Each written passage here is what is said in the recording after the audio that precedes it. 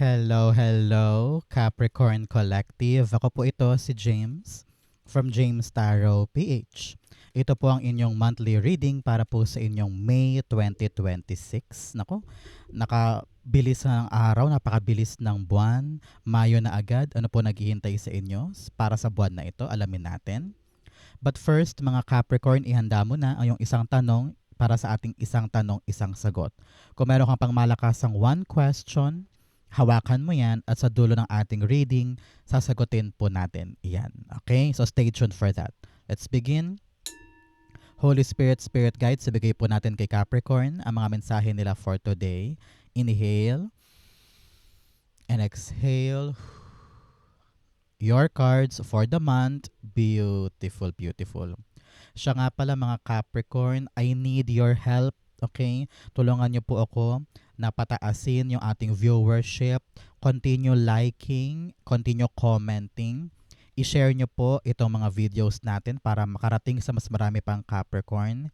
And do please not skip the ads. Malaking tulong po para sa akin kapag meron tayong libreng reading para sa inyo. Kaya please, do not skip the ads para po sa patuloy nating pag-vlog at pag-read every week para sa inyo. Okay po? Salamat po. So, in the background of your reading, meron kang the Hierophant. Hierophant is all about commitment. Kitang-kita ko dito, Capricorn, yung pag-ibigay mo ng sagot na oo or pagalaan mo ng oras, atensyon, pagod, expertise at effort sa isang bagay or isang tao na alam mong importante para sa'yo. I don't know why, parang papasok ka sa isang traditional na setup. Papasok ka sa isang either industriya or parang papasakop ka eh. Parang ganun eh. Papasakop ka sa isang, halimbawa, sa isang trabaho, sa isang marriage, sa isang relasyon, na alam mong kailangan doon ng full commitment mo because mahal mo to, mahalaga sa'yo to. It's all about you embracing the thing na alam mong noon pinagdasal mo lang, noon hinintay mong mangyari, noon hiniling mo kay God na please give it to me. And now na talagang pasok ka na, parang ayaw mo nang pakawalan. Gagawin mo ang lahat para talagang maging super effective ito. So congrats po. Okay? In your core energy, you have the Two of Cups. Alam mo, kung some of you are asking for love reading, unahin ko muna yung usaping puso. Mamaya yung hindi love life, okay? So sa usaping puso, ramdam ko dito, someone is proposing to you. Or, merong tao magtatapat sa'yo ng totoong pag-ibig and this person wants you na magkaroon kayo talaga ng solid na ugnayan. Kitang-kita ko dito, kasal talaga or proposal with a Page of Pentacles, no? So, congrats sa mga naghahangad dyan ng date, love life, I don't know. Nakita ko dito parang makikita mo siya sa isang online dating app, no? O kaya talaga namang sa kabila ng marami mong ginagawa, nagtagpo kayo. And opposite kayo ha, magkaiba kayo pero talaga namang match. Swak na swak, kumbaga. So ready ka na to commit, ready ka na to give your yes. And be committed with this person. So congrats, okay? For others naman po dyan, na hindi naman love life ang pinunta dito, nakita ko if you are really into a negotiation, meron ka bang interview o kontrata, baka renewal to ng contract, the answer is yes. Kitang-kita ko dito na ibibigay sa'yo yung commitment na hinihingi mo and they are approving on what you are presenting. Kung ito din ay documents or a visa, approval, or meron kang hinihintay na oo from someone, this is the answer and this is your sign. May basbas ka at ibibigay sa'yo yung hinihingi mo or hinahangad mo. Congrats po. Two of Cups, the King of Cups. Yes. Kitang-kita ko dito na sa mga may love life muna na kung sino man tong taong ito, talaga namang very affectionate, very, very, very matured, hindi masalita, pero talaga namang pinapakita niya sa'yo sa gawa na mahal ka talaga niya at ready siya para sa'yo. No? Pinaparamdam niya na ikaw talaga yung tao para sa kanya. Very emotional din siya. Very sensitive sa nararamdaman mo. Very caring. Uh, yung kanyang love language ay through care, affection, pagkalinga, kumbaga. So, congrats, congrats. For others naman na hindi love life, sabi dito, itong taong makakausap mo, siya yung talagang taong, I don't know, parang ang sarap kausap, ang sarap pakibagayan, naiintindihan ka niya, malumanay siya, um, hindi ka niya nirarattle, hindi ka niya ini-intimidate, at kung ano man tong usap ninyo, plakado. No? Kaya kung meron kang boss dyan, talaga namang mabait ito, marunong umunawa, marunong makibagay, at marunong makiramdam. So, maswerte ka sa aspetong yan na meron kang mabait na amo na readyng ibigay yung commitment para sa'yo. Vina-value din niya yung naramdaman mo na parang, oh, okay ba sa'yo to? Ito yung latag ng plano, ito yung latag ng kontrata, ito yung gusto ko, ikaw, ano bang gusto mo? Parang ganun eh. Itong taong to, uh, take into consideration niya yung gusto mo, which is good for you. Congrats po. Okay? So, Capricorn, ano ba yung mga goal mo this month? Na gusto mong maganap this May? Comment down below, i-manifest natin yan. It will arrive for you this May. Okay? In the area of what you need to focus on, meron po kayong the Star card. Si Star card, sabi dito, huwag mawawala ng pag-asa.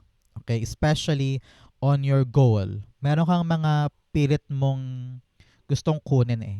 Pero itong mga nakaraang linggo, nakaraang buwan, parang hirap na hirap ka. Feeling mo walang nangyayari. Feeling mo sobrang nakakapagod na, nakakadala na.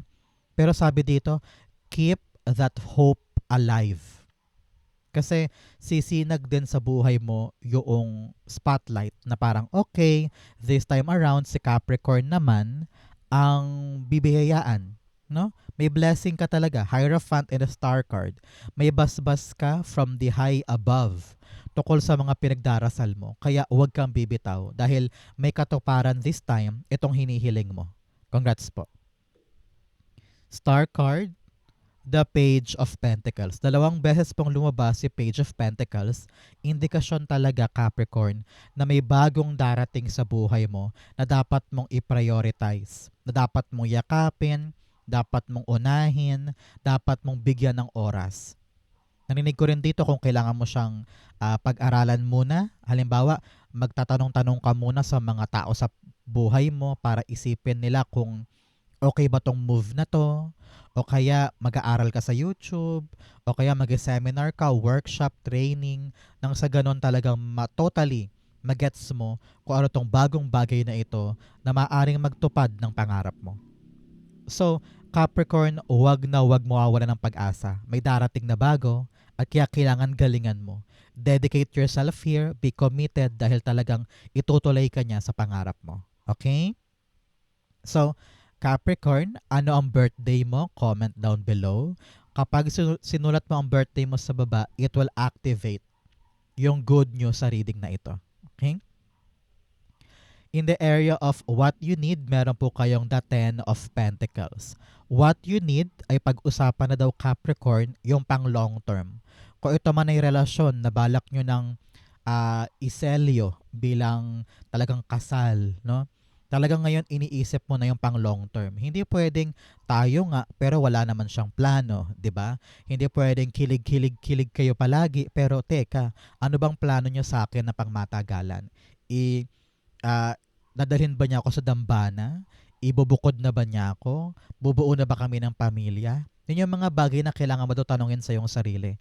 Ano yung pang long-term gain sa ugnayan nito? No?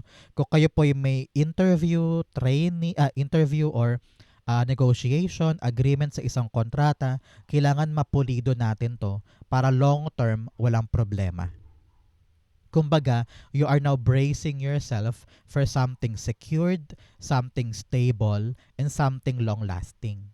Kung ito'y pag-uusap po tungkol sa isang kontrata o sa isang lupa, halimbawa, o nagbebenta ka ng property or bumibili ka ng property, kailangan talagang Mapulido ang usap, kailangan klaro sa'yo, klaro sa kanya, at maluwag sa damdamin na balanse mo na nang sa ganon, itong pang long term mo walang aberya. Okay? Kung ito'y long term mong negosyo, halimbawa, nag-iisip ka ng ayoko na ng corporate, ayoko na ng contractual lang ako, gusto ko na magtayo ng sarili kong negosyo. So panahon na para hanapin yung right supplier, kausapin mo yung partner mo, kausapin mo yung pamilya mo, para planchado, para maluwag, para kalmado, na asikasuhin na itong bagong negosyo. Halimbawa, no? So if you have something na gusto mong simulan ngayon na, okay, panahon na para seryoso ako sa pangmatagalan, simulan natin ngayon sa commitment and talking stage. Pag-usapan ng pamilya, ng loved ones, para itong long term na ito ay talagang maganap na. Ten of Pentacles, the Devil card. Okay, marami mga tao sa buhay mo or ikaw mismo ay marami ka ring duda para sa mga long term na ito. Either minsan, maraming mga taong nanda-down sa'yo, pinaparamdam sa'yo na wala kang karapatan dito, na hindi mo to kayang abutin, na wala nang mangyayari dyan. Kailangan mong labanan itong mga takot na ito. Kailangan mong labanan itong mga taong ito. Huwag kang papagupo, huwag kang papapigil sa kanila, huwag kang ma-intimidate sa kanila. Focus tayo sa ating goal, okay? For other Capricorn naman dyan, pinapayuhan ka, na umiwas sa mga bisyo, umiwas ka sa mga temptasyon sa paligid dahil meron kang inaalagaan na long term. Halimbawa, meron kang inaalagaan ngayon na project. Sabi mo, pag ito natapos ko, talagang babayaran ako ng malaki ng kliyente. Tapos, baka i-recommend pa niya ako sa ibang kliyente. Pero paano kung maya-maya hindi mo siya matapos-tapos kasi nagiinom ka, nagsusugal ka, babiyahe ka pa sa kabilang bayan para lang makipag-inuman? Sayang to, mapupurnada, di ba? So kung ano man yung mga temptasyon at saka mga bisyo-bisyo mo, nako, ibaon sa limot mo yan kasi baka maapektuhan itong long term mo. Halimbawa, ikaw yung uri ng tao na nag-online sugal, nako, tigilan mo yan kasi maapektuhan yung kaching-kaching mo sa pinapalago mo na ito. Okay? Halimbawa din, ikaw yung uri ng tao na mahiyain. Imbes na gawin na lamang ay puro hiya, puro takot, eh talagang walang mangyayari sa long term na yan. Okay? Yan ang mga dapat mong iwasan this time. In the area of what's affecting your current energy, meron kang the Five of Wands. Alam mo, sabi dito, maraming kaguluhan sa paligid. Either yung mga gusto mo, meron ding ibang gusto. Or marami nag-aagawan sa gusto mong yan. Sabi ko nga sa inyo kanina, unahin ko na yung sa love life. Parang nakita mo siya sa isang online dating app. Tapos parang marami din siyang gustong i-date. Tapos parang gusto mo na ng commitment. Sabi mo, huy, steady na tayo. Be committed to me. Mag-exclusively dating na tayo. Huwag ka nang tumingin sa iba. Parang ganyan. So, panahon to para talagang magkaroon kayo ng ugnayan na exclusive na kayo, wala nang titingin pa sa iba, parang ganun. For others, parang may away ba kayo ng partner mo, Capricorn? Meron ba kayong hindi pagkakaunawaan? Halimbawa, yung plano mo ayaw niya, o kaya yung plano niya ayaw mo naman. So, kailangan you need to meet in the middle. Kalmahan nyo lang, no? Kasi kung talagang maganda tong ugnayan na to, kakalmahan nyo lang. And you will try to understand each other. Okay? So, for others naman po dyan na hindi love life, kung ito man ay kontrata, bagong trabaho, or ugnayan, ramdam ko talaga dito na parang intimidated ka sa ibang tao. Naramdam ko na marami din nag-aagawan para dyan. Pero sabi ko nga, nasa iyo ang spotlight. Sa'yo ibibigay. Sa'yo nararapat. Kaya kailangan talaga aralin mo. Huwag mo i-take for granted. Kailangan mo makita kung ano yung kagalingan mo nang sa ganun ikaw ang mag-stand out sa mga taong ito at sa'yo talaga ibigay. You need to be really, really calm and focus on yourself. Huwag ka mag-focus sa paligid. Focus on yourself to reach your greatness at para ikaw mag-stand out sa mga to. Okay? Five of Wands, the Ten of Swords. Okay. Sabi dito, talagang mahirap na. No, parang pagod ka na. Parang ayaw mo nang lumaban, nahihirapan na ako, gulong-gulo na ako. Parang feeling mo you're so tied down and you cannot do something about it. Pero sabi dito, masyado ka lang daw kasing pagod.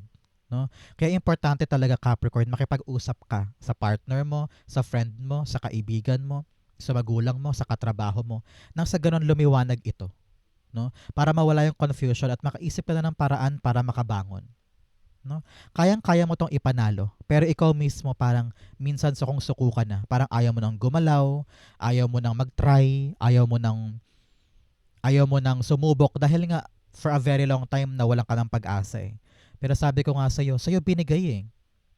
Page of Pentacles, sa'yo inabot, sa'yo pinagkaloob, ikaw yung chosen one. So, gamitin mo yung chance para bumangon. Binibigay na sa'yo, ayaw mo pang atupagin, di ba?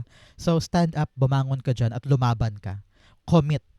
So that makuha mo yung matamis na bunga at maging balanse na yung buhay mo moving forward. You have 10-10 here. 10-10 is all about ending, no? Ending of hardship, ending of struggle, no? May closure na sa bagay na yan. At papasok ka na sa next level mo. So, paano tayo makapasok sa next level? Tanggalin sa buhay natin yung mga asungot, yung mga humaharang. Kung sarili mo man to, baguhin mo ang sarili mo. Kung ibang taong to, i-push mo away yung mga taong humaharang sa completion or success mo. Kung ito yung mga away-away sa paligid o kaya confusion mo, kailangan mong pilitin ang sarili na bumawi. Hindi pwedeng nakadapa ka lang dyan at umiiyak lang. Fight, fight, fight, and commit. Because kailangan to para makuha mo yung matamis na oo at makaabante ka na. Okay? In your near future, meron kang the 8 of Wands. Asahan mo in the near future, after watching this video, 8 days, 8 weeks, or 8 months, darating po yung pagbilis o pagproseso ng mga bagay-bagay. Yung akala mo mabagal ngayon, nahihirapan ka ngayon, you will feel na bibilis na siya. Bakit? Kasi prioritize mo. Nag-commit ka dito, eh. Nakipag-usap ka ng maayos. Talagang pinilit mo ang sarili mong bumangon at mag-stand out. Kung ano man yung mga kakulangan mo, inaral mo, binosisi mo. Kung ano yung mga pangit sa'yo at humaharang sa'yo, talagang tinaboy mo yun. At totally niyakap mo yung pang long term. Kaya ito ka, bumibilis yung takbo ng buhay mo. Bumibilis yung swerte.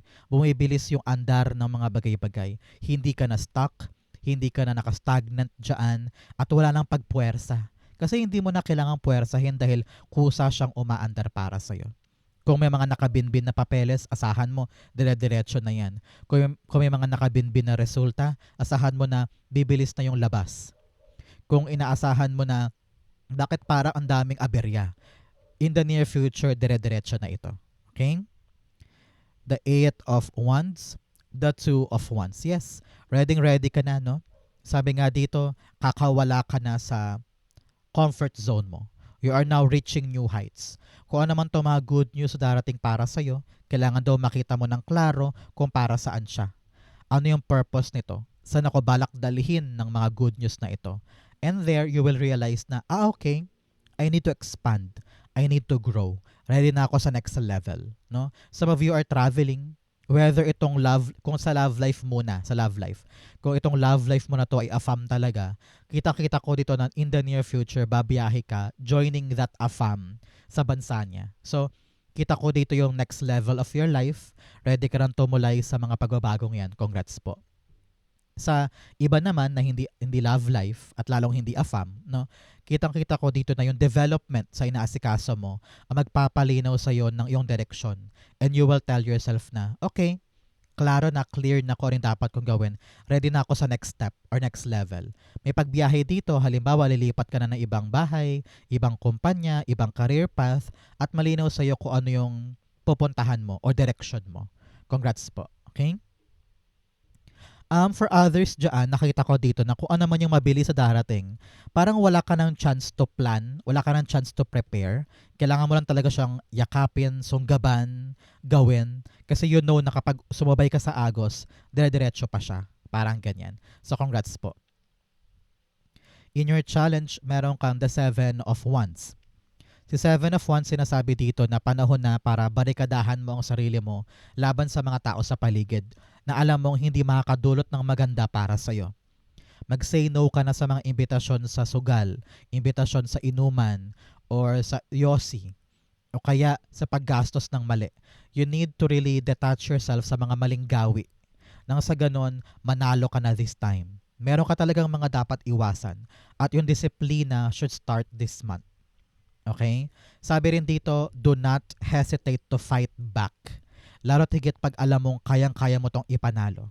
You want to commit on something. Gusto mong ipaglaban, gusto mong makuha, gusto mong mangyari sa buhay mo, itong commitment na ito. Talagang pipilitin mo tong taong to na umoo sa gusto mo. No? Sa panahon to really fight, defend, prove to them na kung ano man tong desisyon mo, kayang-kaya mong panindigan. No? Sabi dito, stand up, be independent, and be strong. Because kung meron ka mga dapat ipaglaban, syempre, maraming tao sa paligid mo ang lilibakin ka, pupulaan ka, aapak-apakan ka, mamaliitin ka. Kaya stand up, defend it, fight for it. Because tinetest ka lang ni universe sa kung hanggang saan ang kayang gawin ni Capricorn para to pa rin yung pangarap niya. Okay? Seven of Wands, you have the Temperance card. Yes, magtiyaga ka. Huwag mainitin ang ulo. Huwag mainip. Huwag ka ring mataranta at huwag mong biglain, huwag mong i-rush, no? Kailangan talaga nating pagdaanan yung proseso ngayon. Pero at the same time palaban ka. Ipanalo mo to hanggang dulo at huwag na huwag mag-shortcut. Okay? You really need to undergo the process. Pumailalim ka. Sabi ko nga sa inyo, pumailalim ka, sumaklob ka doon sa proseso, sa traditional na paraan at magtiyaga ka dyan para maipanalo mo ito. Okay? In your fortune, meron kang in the flow, everything is smooth sailing. Sabi ko nga, aandaran dire-diretso ito.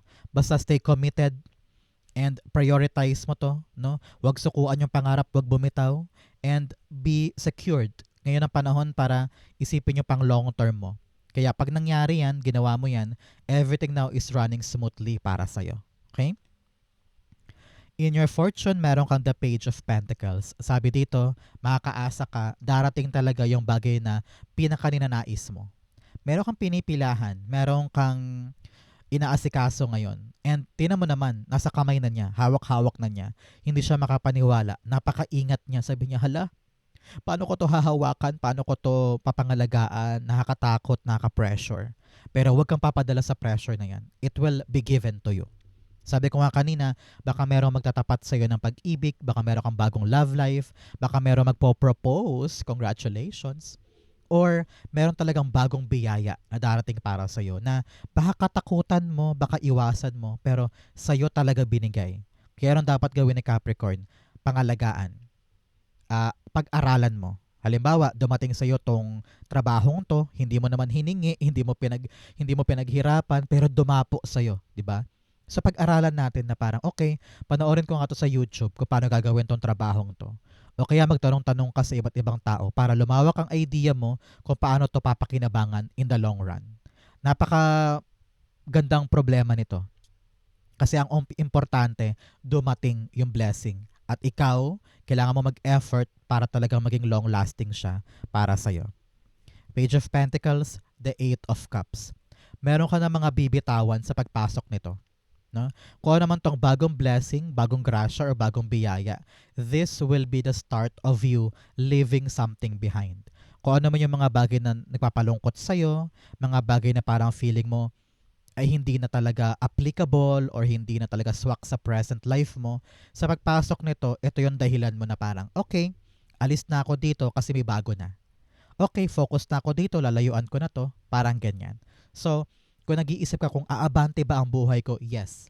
Sa pagpasok ng bagong bagay, susulong ka na at aalis ka na sa stagnancy na ito, sa struggle na ito, at moving along ka na. Congrats po.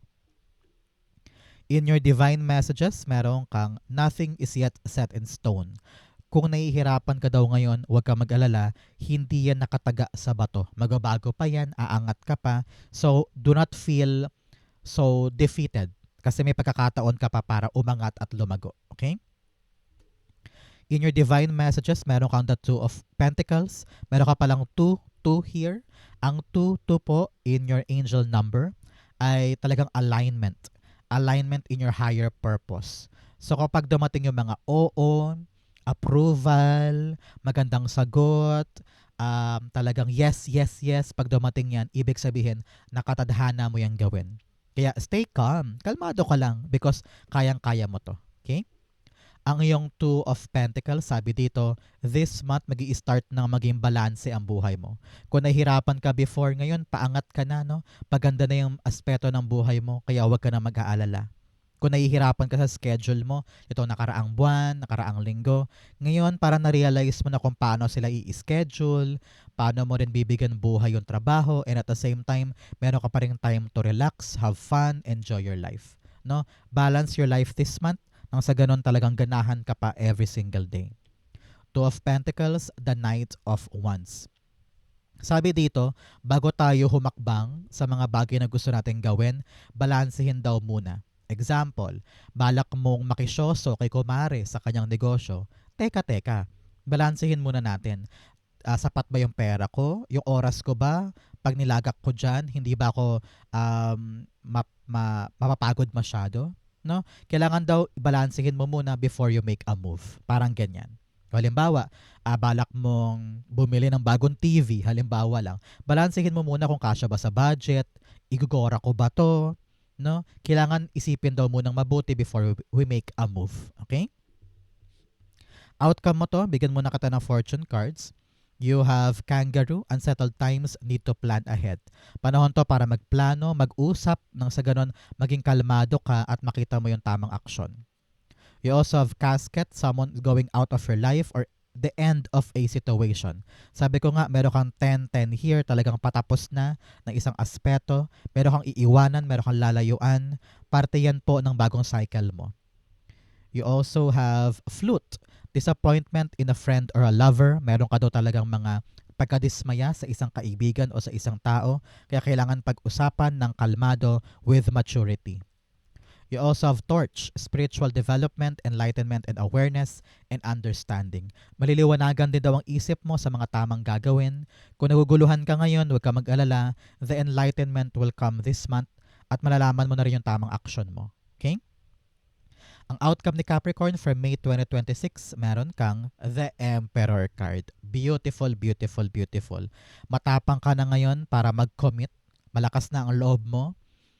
Ready ka na to take action, and meron ka ng kalakasan to take back the control in your life. Kung dating magulo, nahihirapan ka ngayon, you're now sitting in your power and enjoying what you have. Congrats po.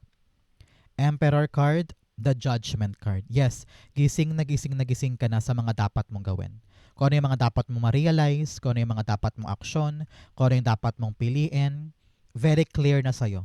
At handa kang tahakin yon nang walang tanong, walang duda, walang alinlangan. You are now embracing God's divine gift. At sabi mo, God ko talagang para sa akin yan, yayakapin ko, ready ako to commit. Parang ganyan. Congrats po. So, Capricorn, dumako na tayo sa yung isang tanong, isang sagot. Mabilisan lang to. No? Close your eyes, concentrate on your one question. Inhale and exhale. The answer, you have the 9 of Cups, the Ace of Swords, and the Tower card. Beautiful. At the bottom of your deck, you have the 5 of Cups. Nahihirapan kang mamili kung bibitawan na ba yung past or ready na ba ako sa bago with your question. Kahit ano pa yan, it's either this or that. Pero nakita ko dito na panahon na para sa pagbabago. Panahon na para abutin mo yung pangarap mo. So dapat klaro sa'yo kung ano yung mga changes na dapat mo yakapin. Klaro dapat sa'yo kung ano yung mga hindi mo na dapat pilitin pang mangyari. You need to be able to let go of the past, especially yung mga bagay na parang talagang wala na sa kamay mo at wala ka na mapanghahawakan. Kahit pa pinangakuan ka noon, pero kung talagang walang nangyari, let go, let go, let go, let go. And embrace your change. Because kapag malinaw sa'yo kung ano yung mga pagbabagong dapat mo yakapin, diyan magsimulang pumasok yung pangarap mo. Okay? Kasi nililinis na ni God inaalis niya yung hindi para sa'yo, kaya yung mga espasyong nawalan, natanggal, doon papasok itong goal na ito. Sabi, kayang-kaya mo tong ipanalo, kayang-kaya mo tong makuha. Kaya fight to win, fight to get it. At huwag nang matakot sa changes. Yakapin mo yan. Essential yan para mangyari tong bago. At maging maligaya ka na soon. Okay? Sa Capricorn, yan po ang inyong isang tanong, isang sagot. Kung ang question mo ay answerable by yes or no, the answer is yes. Congrats po. Okay? Saan po kayo nakarelate? Pati po sa inyong May 2026 reading. Comment below, babasahin ko po yan. Thank you, Holy Spirit, Spirit Guides, for the clarity and messages na dapat malaman ng mga Capricorn this week. Thank you po, this month rather. Thank you po for watching hanggang dulo. I love you. This has been James for James Tarot PH. God bless everybody.